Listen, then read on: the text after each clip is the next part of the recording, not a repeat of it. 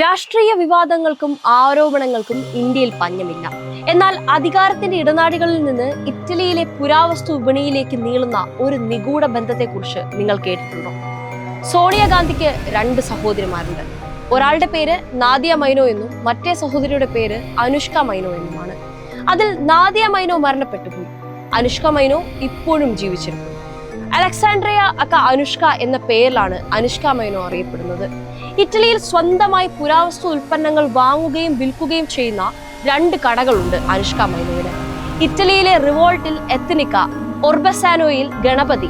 ഒരു ഇറ്റാലിയൻ സ്വദേശിനി പുരാവസ്തു ഉൽപ്പന്നങ്ങൾ വിൽക്കുന്ന കടയുടെ പേര് ഗണപതി എന്നാണ്. ഇറ്റലിയിൽ സ്ഥിതി ചെയ്യുന്ന ഒരു പുരാവസ്തു കടയ്ക്ക് ഇന്ത്യൻ ദൈവങ്ങളുടെ പേര് നൽകുന്നതിലെ നിഗൂഢത നിങ്ങൾ കാണാതെ പോകരുത്. വെറും ഒരു കച്ചവട കൗതുകത്തിനപ്പുറം ഇതിൽ മറ്റെന്തെങ്കിലും ഒളിഞ്ഞിരിപ്പുണ്ടോ? BJP നേതാവ് സുബ്രഹ്മണ്യൻ സ്വാമി വർഷങ്ങളായി ഉന്നയിക്കുന്ന ആരോപണം ഇതാണ്. ഇന്ത്യയിലെ ക്ഷേത്രങ്ങളിൽ നിന്നും മറ്റും മോഷ്ടിക്കപ്പെടുന്ന പുരാവസ്തുക്കൾ ഈ കടകൾ വഴിയാണ് അന്താരാഷ്ട്ര വിപണിയിൽ എത്തുന്നതെന്ന്. ഈ വിവാദത്തിന് കേരളവുമായി എന്ത് ബന്ധം? അവിടെയാണ് ശബരിമല സ്വർണ്ണ മോഷണ കേസും പുരാവസ്തു മാഫിയയും ചർച്ചയാകുന്നത്.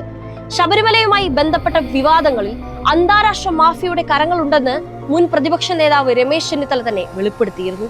സോണിയാഗാന്ധിയും ഉണ്ണികൃഷ്ണൻ പോറ്റിയും തമ്മിലുള്ള ബന്ധം വെളിപ്പെടുത്തുന്ന ചിത്രങ്ങൾ സോഷ്യൽ മീഡിയയിൽ പ്രചരിക്കുമ്പോൾ ചോദ്യങ്ങൾ വീണ്ടും ശക്തമാകുന്നു. എന്നാൽ ഇവിടെ ഉയരുന്ന ഏറ്റവും വലിയ ചോദ്യം മാധ്യമങ്ങളുടെ മൗനമാണ്. സാധാരണഗതിയിൽ ഏതൊരു ചെറിയ വിഷയത്തിലും വലിയ ചർച്ചകൾ നടത്തുന്ന മാധ്യമങ്ങൾ ഇത്രയും ഗൗരവകരമായ ഒരു അന്താരാഷ്ട്ര പുരാവസ്തു കടത്ത് ആരോപണത്തിന് മുന്നിൽ എന്തുകൊണ്ട് കണ്ണടയ്ക്കുന്നു? ഈ മൗനം ആരെ രക്ഷിക്കാനാണ്? ഇത് വെറും രാഷ്ട്രീയ ആരോപണമാണോ? അതോ തെളിവുകൾ ഇനിയും പുറത്തു വരാനിരിക്കുന്ന വലിയൊരു തട്ടിപ്പിന്റെ മഞ്ഞുമലയാണോ? കോൺഗ്രസ് നേതൃത്വവും AICCയും ഈ വിഷയത്തിൽ ജനങ്ങളോട് മറുപടി പറയാൻ ബാധ്യസ്ഥരാണ്. രാഷ്ട്രീയ ധാർമ്മികതയുടെ പേരെങ്കിലും പറഞ്ഞ് ഈ നിഗൂഢതകൾ നീക്കാൻ അവർ തയ്യാറാകുമോ?